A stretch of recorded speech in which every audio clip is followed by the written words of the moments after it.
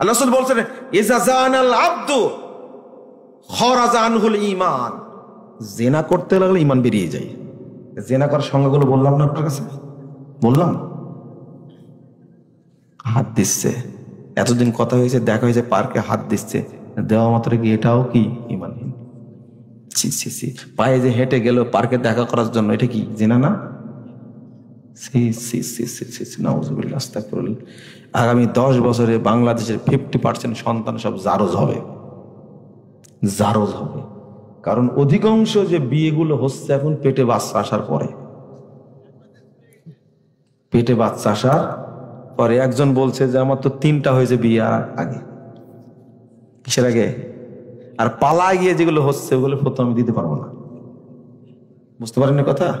আর মেয়ের বাপ সরাসরি বলছে, কি আর বলবো, আপনারা তো বুঝবেন না, সম্পর্ক ছিল যে এত তাড়াতাড়ি বিয়ের, কালকে বিয়ে পড়াতে হবে কেন, একটু 1 সপ্তাহ পরে করেন।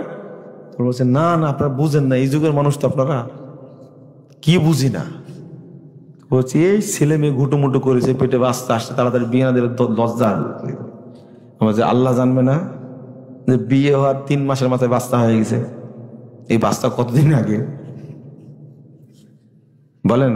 আমি বললাম যে এই বাচ্চা যখন নানা বলে ডাকবে আপনার কেমন মনে হবে? সি সি, কি বললেন এটা আপনি? বাপেরও লজ্জা নাই, মেয়েরও লজ্জা নাই, আর আপনি যে ওই মেয়েকে বিয়ে করেছেন আপনার লজ্জা নাই। এগুলো সব লুচ্চা। দেশটাই, পৃথিবীটাই লুচ্চার উপরে আছে। আপনি কি বলবেন? আর ঈমান খুঁজতে আসছেন এখানে? নাউযুবিল্লাহ, আস্তাগফিরুল্লাহ, আস্তাগফিরুল্লাহ। সজাগ হন। আল্লাহ ওয়াদাল্লাহি হাক্কা লা ইউখলিফু ওয়াদা। আল্লাহ বলেছেন, আল্লাহ রাব্বুল ওয়াদা ভঙ্গ করেন না। যেভাবে বলেছেন আল্লাহ, বিচার আপনার ওই ভাবেই হবে। যেভাবে আল্লাহ বলেছেন বিচার ওই ভাবেই হবে। আল্লাহ যেভাবে বলেছেন বিচার ওই ভাবেই হবে আপনার। আল্লাহর ওয়াস্তে পরকালকে ভয় করেন আপনি।